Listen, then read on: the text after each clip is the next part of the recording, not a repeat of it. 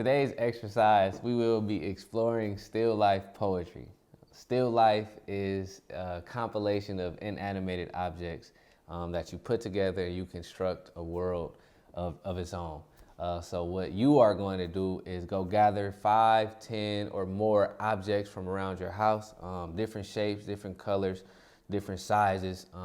Get some cloth and you are going to construct a world with these objects. I once read in a book called How to See by Thich Nhat Hanh, and he talks about the eye of a poet is trained to see what is there and what is beyond.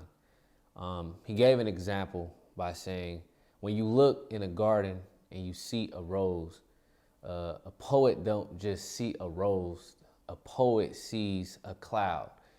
And what he meant by that was, it's the cloud that rains down onto the dirt. It's the dirt that rises up.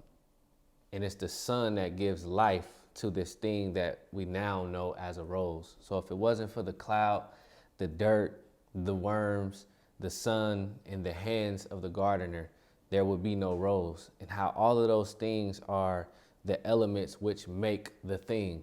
And so that was very instrumental in my walk as a writer and a poet, to see objects and try to imagine the story behind the objects.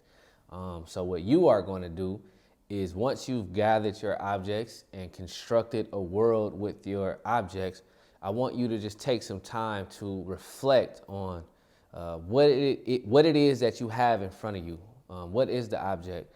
What's the texture?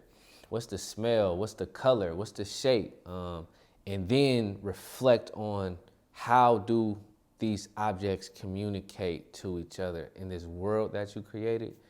And then after that, you are going to write a poem or a story describing these objects and how they relate to each other without saying the name of what the objects are.